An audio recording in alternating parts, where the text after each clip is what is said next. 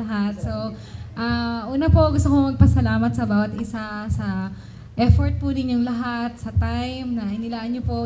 Madalas karamihan po sa inyo nag-leave sa trabaho, tapos nag-prepare po ng sasatay, nagpaganda, nagpapogi, lahat po. So, maraming salamat po sa presence po ninyong lahat.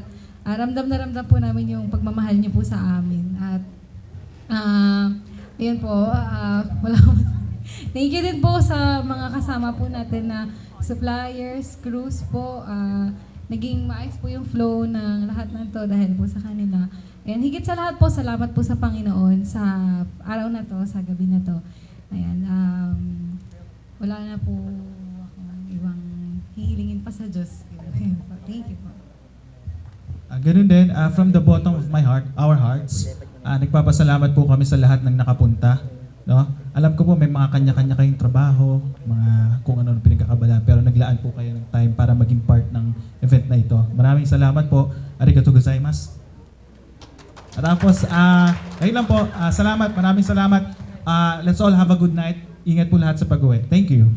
Thank you so much once again.